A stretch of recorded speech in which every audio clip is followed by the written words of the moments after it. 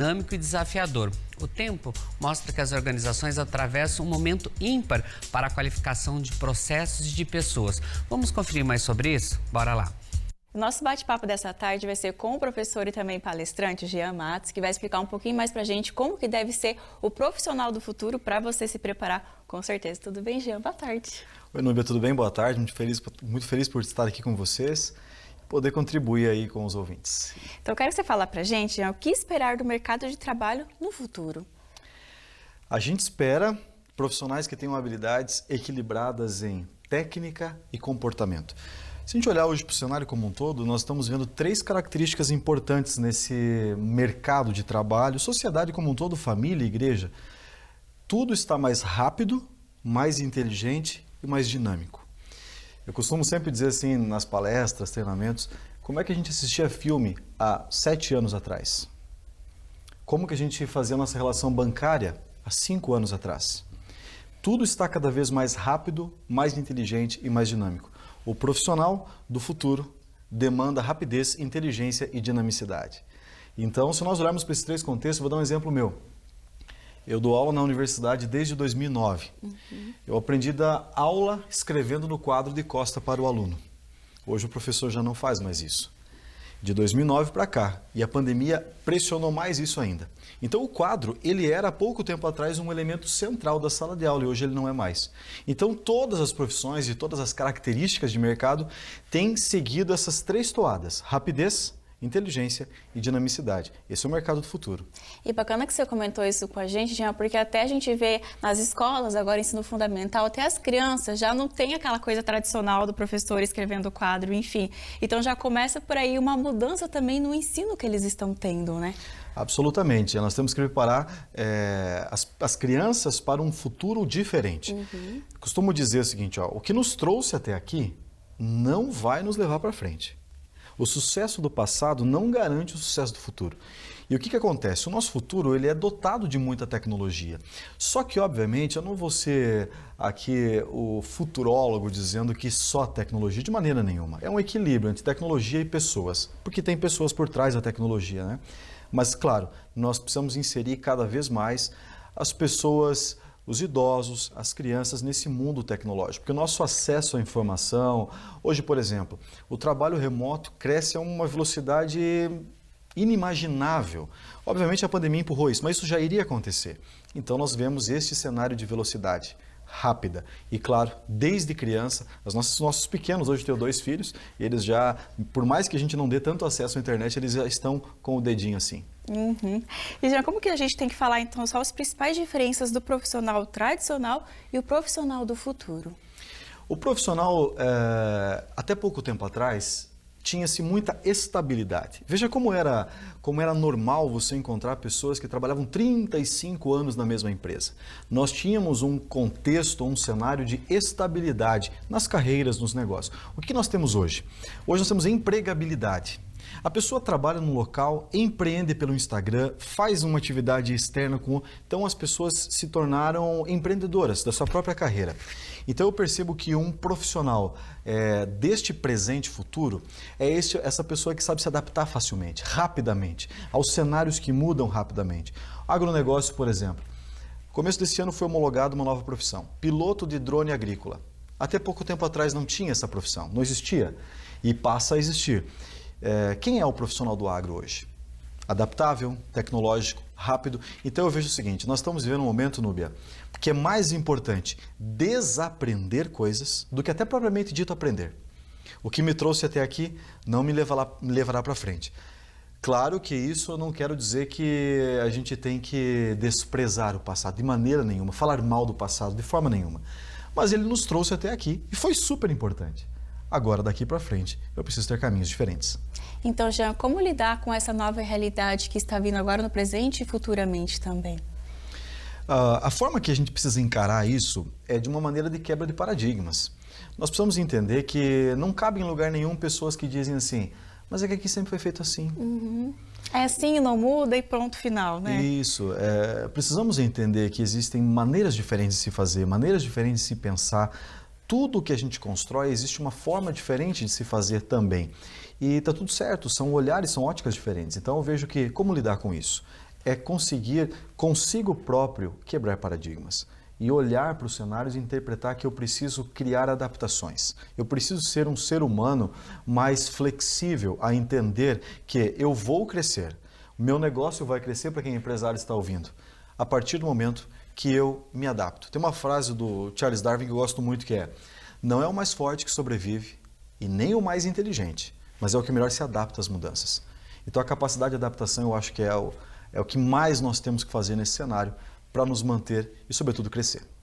E essas adaptações, é importante a gente falar para esses profissionais tradicionais também, irem em busca disso e se aperfeiçoar e aprender com tudo isso também, né, Jean? Porque às vezes fica, eu já fiz assim 20 anos, o que eu quero reaprender, o que eu tenho que mudar? Mudar essa chave realmente e reaprender com tudo isso. Absolutamente. Olha só, a gente precisa entender também, tem um movimento no mercado hoje de recrutadores e profissionais buscando pessoas que já estavam fora do mercado acima de 50 anos. Porque o mercado sente falta de certas habilidades que essas pessoas também trazem. Por mais que nós temos jovens hoje rápidos, inteligentes, criativos, inovadores, extremamente tecnológicos, por outro lado, falta estabilidade, engajamento, comprometimento, que gerações mais tradicionais trazem muito forte. Então a gente precisa ver o cenário do mercado. Eu sempre penso que aquele que é mais tradicional pode flexibilizar um pouco e aprender tecnologia e aprender algo novo, e aquele que é mais inovador, criativo, precisa também gerar um pouco de estabilidade, pontualidade, comprometimento e engajamento. Acho que o mundo ele caminha num processo de equilíbrio entre competências tecnológicas, mundo digital e humanidade, empatia, gente, clareza, transparência, estabilidade. E Jean, como que a gente pode definir então quais serão as tendências de mercado do futuro que estarão em alta então? Tendências do futuro que estão em alta estão no mundo digital, né? A gente percebe que nós estamos caminhando para o mundo digital hoje a passos largos.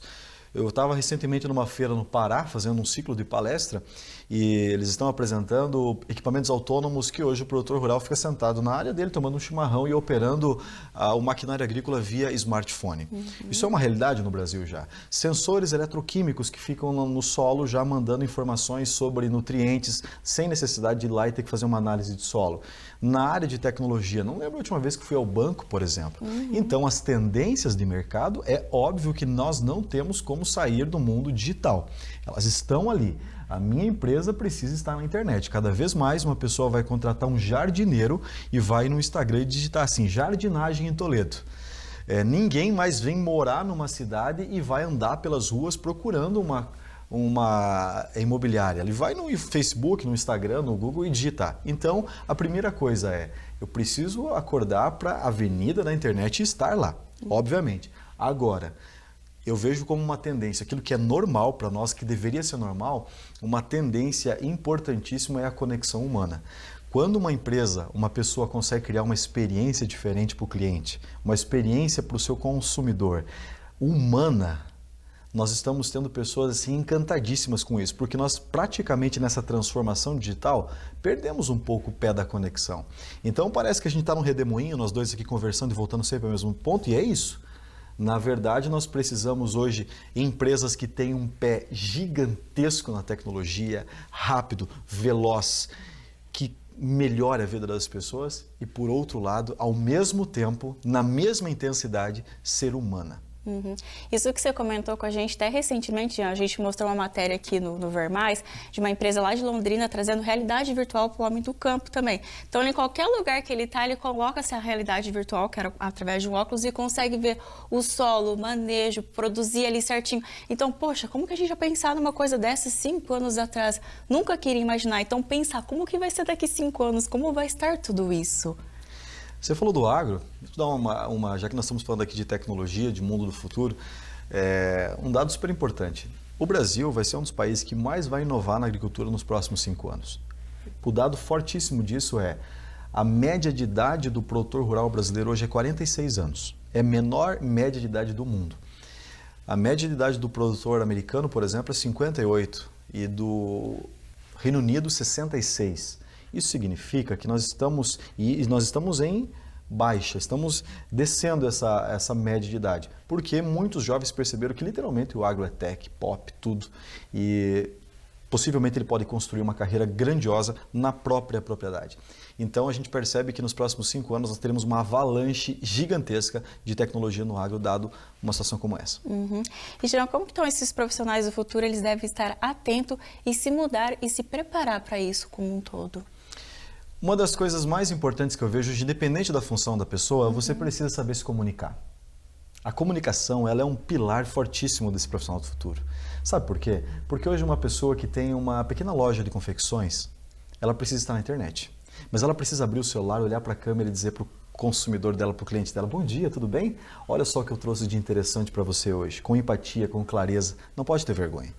Independente de qual profissão, um professor precisa se comunicar, uma jornalista como você, um professor como eu, um mecânico. Vi uma reportagem muito bacana na revista Pequenas Empresas, Grandes Negócios, de uma oficina mecânica do interior do Paraná, que eles estão fazendo o maior sucesso no Instagram, que o proprietário, uma oficina pequena, não é concessionária não, ele grava vídeos rápidos dando dicas de manutenção e dentro da oficina, a oficina organizada, limpa, e não vence responder os comentários. Quer dizer, não tem negócio que não possa se comunicar com o cliente no modo digital. Então, se eu pudesse dar uma dica para você que faz crochê e vende, para você que é jardineiro, para você que é vidraceiro, para você que trabalha com panificação, se comunique com o cliente, desenvolva a comunicação. A comunicação, para mim, ela é o forte pilar de construção de laços, de relacionamento, de construção de conexão e de, consequentemente, venda e resultado, que é o que a gente precisa, né?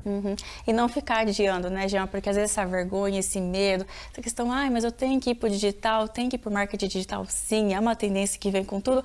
E o começo sempre é mais difícil, mas depois vai ganhando uma naturalidade, você vai estar fazendo, nossa, por que eu adiei tanto isso como um todo? Perfeito, é isso mesmo. E daqui 5 anos você vai querer ter tido começado há 5 anos atrás. Essa é a grande realidade, né? Então, eu sempre coloco 2 coisas. Comunicação em primeiro lugar e o segundo lugar, gerenciar o nosso bem principal, que é o tempo. As pessoas têm perdido muito tempo hoje, Núbia. Quer dizer, as pessoas hoje estão ocupadas e não produtivas. Ciclo vicioso de fazer sempre a mesma coisa e a produtividade está lá embaixo. Então a gente vê agendas lotadas, você não consegue conversar com a pessoa, mas quando você vai ver, ela não está produtiva, ela está ocupada, o tempo todo ocupada. Então, independente da carreira que nós temos, o negócio que nós temos, eu sempre falo assim, se você desenvolver 2 coisas, aprender a se comunicar e se conectar com as pessoas, aumentar network, aumentar conexão e gerenciar bem o seu tempo, ninguém te segura. Não há pobreza que resista a essas 2 características. Jean, já que você comentou sobre isso, estava fora aqui do nosso roteiro, mas passa umas dicas de como gerenciar esse tempo, então, porque cada dia mais as pessoas estão com aquela correria, não tenho tempo para isso, não tenho para aquilo, como que eu vou fazer com tudo isso? Passa umas dicas gerais. Núbia, tem 2 coisas no mundo, só que todo mundo é igual. O resto é tudo diferente. Nós vamos morrer e temos 24 horas. Eu e você temos o mesmo tempo que o Bill Gates, que o Paulo George Lehman. Então, a diferença é o que a gente faz com esse tempo. Tempo não é relógio. Relógio é padrão, igual para todo mundo. Tempo é uma questão de escolha. Então, não nos falta tempo. Na verdade, nos falta priorização e planejamento. Como dica, eu vou deixar aqui 4 perguntas instigantes, que eu chamo de provocações. Tem um professor muito famoso na área de administração e gestão do tempo, que é o professor Peter Drucker. Vamos lá. Primeira pergunta. O que eu estou fazendo que não precisa ser feito? Todo dia nós fazemos várias coisas que não levam nada a lugar nenhum. Segunda pergunta. O que eu estou fazendo que pode ser feito por outra pessoa? Eu preciso delegar imediatamente isso. Se eu estou fazendo algo que outra pessoa pode fazer por mim, eu posso delegar. Devo delegar. Isso na vida pessoal e profissional. A terceira pergunta é: o que eu estou fazendo que só eu posso fazer, que ninguém pode fazer por mim? Isso é o suprassumo da vida, eu preciso potencializar. E aí nós temos a 4ª pergunta, que é: o que eu deveria fazer que eu não estou fazendo? Geralmente respondemos ela dizendo o seguinte: eu não estou fazendo isso porque eu não tenho tempo. É mentira. Na verdade, eu deveria estar caminhando mais, eu deveria estar lendo mais, eu deveria estar fazendo aquele MBA, eu deveria estar visitando mais meu pai e minha mãe, eu deveria estar fazendo... A gente deveria um monte de coisa. E a desculpa não pode ser falta de tempo. Na verdade, nós só não estamos fazendo aquilo que devemos fazer porque estamos fazendo coisas que não levam nada a lugar nenhum e estamos fazendo coisas que outras pessoas podem fazer. Essas 4 perguntas, se bem respondidas, aumentam a produtividade. Com certeza, vai instigar as pessoas a realmente controlar mais esse tempo e cuidar realmente. Jean, obrigada por essas dicas, viu? Vou te convidar para vir novamente aqui no Ver Mais, passar várias orientações para a gente. Obrigadão, viu? Muito obrigado, Núbia. Um forte abraço a todos vocês. Então, essas foram nossas orientações aí para você se moldar como profissional do futuro e até uma próxima. Mauro, é contigo. Valeu, Jean. Muito obrigado aí pela participação, né? E por nos explicar aí também sobre o futuro dos profissionais para que os empresários e os jovens, né, fiquem atentos a essas mudanças também, né? E aproveitar também. Bom, olha só, a estratégia